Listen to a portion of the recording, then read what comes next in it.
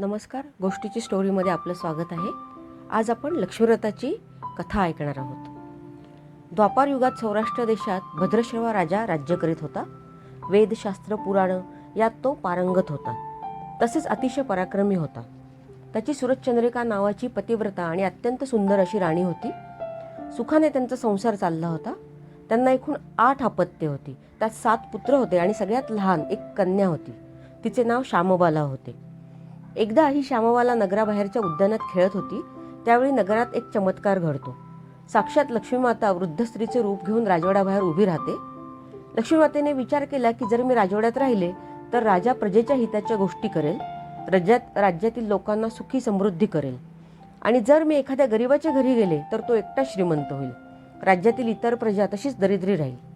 तेव्हा काठी टेकवत जेव्हा लक्ष्मीमाता राजवाड्याच्या दारात पोहोचते तेव्हा एका दासीने चौकशी करत तिला विचारले, तू कोणाला भेटायला आली आहेस हे आधी सांग. तू कोण आहेस, तुझे नाव काय, कुठून आली आहेस, इथे येण्याचं कारण काय, हे सगळं सांग. तेव्हा वृद्ध स्त्रीचे रूप घेऊन आलेली लक्ष्मीमाता म्हणाली, माझे नाव कमला आहे. माझ्या पतीचे नाव भुवनेश्वर आहे. द्वारका नगरीत आम्ही राहतो. पूर्वजन्मात तुमची राणी एका व्यापाराची पत्नी होती. ते खूप दरिद्री होते. त्या दोघांचे रोज भांडण होत असे. तो व्यापारी रोज पत्नीला मारायचा, वेगवेगळ्या प्रकारांनी छळ करायचा. त्यामुळे ती वैतागून घराबाहेर पडते, राणीवाणी भटकू लागते. तेव्हा मला तिची दया आली व मी तिच्यापाशी जाऊन तिच्या दुःखाचे कारण विचारले. तिला चांगला उपदेश करून धनसंपत्ती देणाऱ्या लक्ष्मीव्रताची माहिती तिला मी सांगितली. मी सांगितल्याप्रमाणे श्रद्धा आणि भक्तीने तिने लक्ष्मीव्रत केले. लक्ष्मी प्रसन्न झाली. त्यांचे दारिद्र्य संपून गेले. भांडणे बंद झाली. संतती संपत्तीने घर भरले. सगळा आनंदी आनंद झाला. यथावकाशता पती पत्नी दोघांचे निधन झाले. व्रताचे पुण्य त्यांच्या पाठीशी होते. त्यामुळे 1000 वर्षे लक्ष्मीलोकी वैभवात राहून आता त्यांना राजकुळात जन्म मिळाला आहे. निरनिराळे भोग विलासात रमल्यामुळे राणीला लक्ष्मीव्रताचा विसर पडला आहे.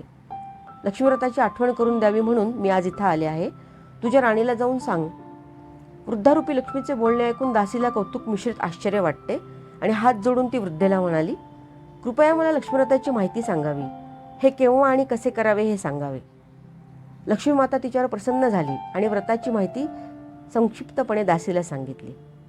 ती अशी, पवित्र अशा मार्गशीर्ष महिन्यात साक्षात ईश्वराचा अंश असतो. अशा मार्गशीर्ष महिन्याच्या प्रत्येक गुरुवारी लक्ष्मीव्रत करावे. आपले मन शांत स्वस्थ ठेवून व्रतस्थ राहून शुद्ध आचरण करावे. एक पाण्याने भरलेला कळश किंवा कळशी घ्यावी. त्यात पैसा, सुपारी, दुर्वा घालावी. कळशाच्या 8 बाजूंना हळदी कुंकवाची बोटे लावावीत. 5 झाडाचे डहाळे घ्यावेत आणि ते कळशात नीट ठेवावेत. जमीन सारवून घ्यावी, स्वच्छ करावी. मग त्यावर पाट मांडावा. पाटावर थोडे तांदूळ पसरावेत आणि त्यावर कलश ठेवावा. सभोवती रांगोळी काढावी. श्री लक्ष्मी देवे नमः म्हणून श्री लक्ष्मी देवीचे पूजन करावे. दूध, फळे, गोड पदार्थांचा नैवेद्य अर्पण करावा. मग देवीची आरती ओवाळावी आणि आपल्या मनातील इच्छा लक्ष्मी मातेला सांगून मनोभावे प्रार्थना करावी. हे लक्ष्मी माते भगवती, यथाशक्ती यथामती सेवा करतो आम्ही ती, मान्य करून घेई तू. आम्ही बालके अज्ञ म्हणून अपराधांची क्षमा करून झडकरी येई घे धावून. प्रसन्न होई आम्हा ते, कृपा करावी आम्हावरी. तुझे वास्तव्य असो घरीदारी, दुःख दारिद्र्य निवारी. सुखी ठेवी सर्वांना, विपुल लाभो धन संपत्ती. कधी न यो आपत्ती, आयुष्यवान हो संतती. भाग्य आमुचे उजळावे, महामाये जगन्माते. शंखचक्र गदा हस्ते, कमलासने सूरपूजिते. लक्ष्मी दैवे नमस्तुते. अशी प्रार्थना करून साष्टांग नमस्कार केल्याने सर्व मनोकामना पूर्ण होतील. हे व्रत केले असता दूध फळे खाऊन दिवसभर उपवास करावा. लक्ष्मी मातेचे नामस्मरण करावे. संध्याकाळी गायीची पूजा करून महानैवेद्य अर्पण करावा. मग आपण कुटुंबियांबरोबर आनंदाने जेवावे. दुसऱ्या दिवशी कलशातील पाणी विहिरीत किंवा नदीत ओतावे. 5 झाडाचे डहाळे 5 ठिकाणी एक ठेवावा. नंतर घरी परत येऊन पूजा केली त्या ठिकाणी हळद कुंकू वाहून नमस्कार करावा. ही माहिती ऐकून दासी आनंदी झाली. ती वृद्धेला म्हणाली, मी तुला खूप वेळ थांबवून ठेवलेस म्हणून तू मला क्षमा कर. माझ्यावर रागवू नकोस. आता मी लगेच राणीजवळ जाते आणि तुझा निरोप देते. तू इथेच थांब. राणी लगेच येईल. परंतु त्या राणीला वैभवाचा खूप गर्व झाला होता. वृद्धेचा निरोप समजला तेव्हा ती गर्वाने आली आणि अपशब्द बोलली, अगं ये थेरडे, कशाला आलीस आमच्याकडे? कोण ऐकणार आहे तुझे रडे? हो चालती येथून. तेव्हा ती वृद्धारूपी लक्ष्मी म्हणाली, तू राजवैभवाने माजली आहेस. उन्मत्त उद्दाम होऊन पूर्वस्थिती विसरलीस. आजच्या लक्ष्मीच्या शुभ दिवशी माझा अपमान तू केला आहेस. त्याचे फळ तुला मिळेल. ही शापवाणी ऐकून राणीला खूप राग येतो. ती वृद्धेला वाटेल तसे बोलत मारहाण करते. तेव्हा वृद्धारूपी लक्ष्मी माता तिथे एक क्षणभर सुद्धा न थांबता आपल्या स्वस्थानी जाण्याचा निर्णय घेते आणि तिथून निघून जाते. वाटेत तिला राजकन्या श्यामबाला भेटते. श्यामबालेचे सुदैव असते.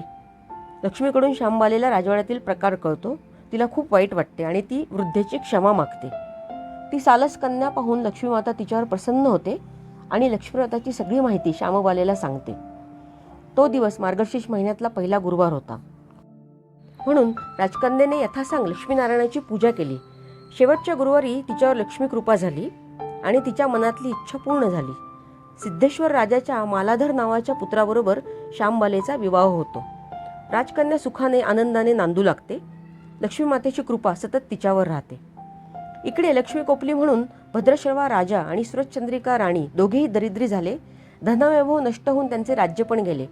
लक्ष्मीची कृपा होता 18 विश्वे दारिद्र्य आले. आपल्या कर्माची फळे भोगत ते हाल होऊन दुःख भोगत होते. काय करावे हे त्यांना सुचत नव्हते. तेव्हा राणी राजाला म्हणाली की आपला जावई चांगला आहे, त्याला आपण आपली परिस्थिती सांगू, त्याची मदत मागू. तो नक्की आपल्याला मदत करेल. काही धन तो नक्कीच देईल. त्यानंतर भद्रश्रवा राजा जावयाच्या राजधानीत आला. थकून विश्रांतीसाठी नदी किनारी बसला. तेव्हा तिथे राजवाड्यातील काही दासी नदीवर पाणी भरण्यासाठी आल्या होत्या.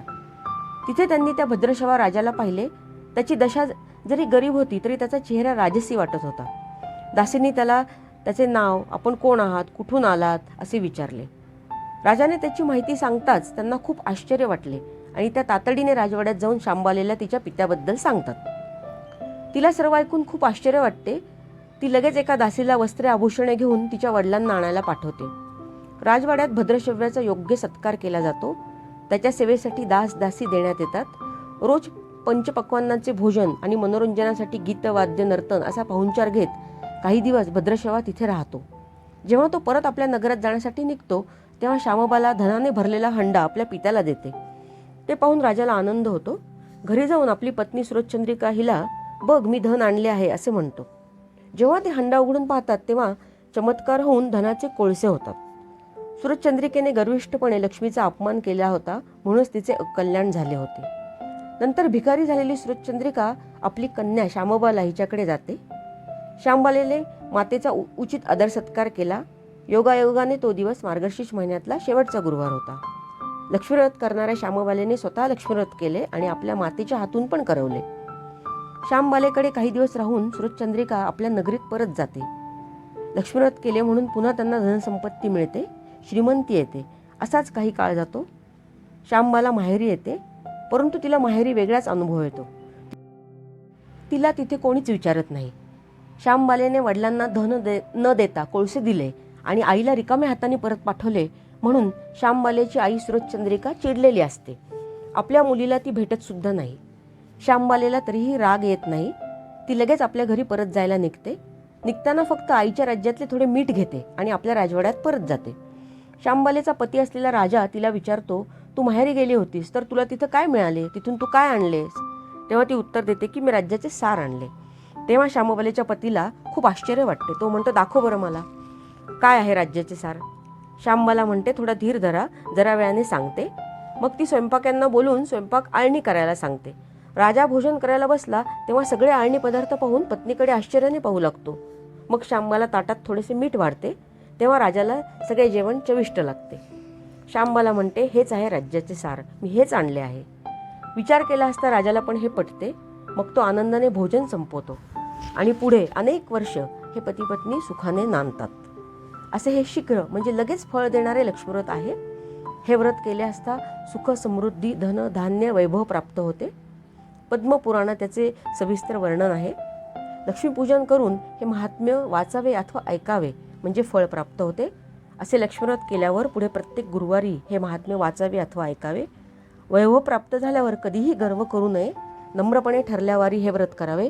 आपले नातेवाईक, जवळचे लोक सगळ्यांना हे व्रत करायला सांगावे. सगळ्यांना धनलाभ होईल.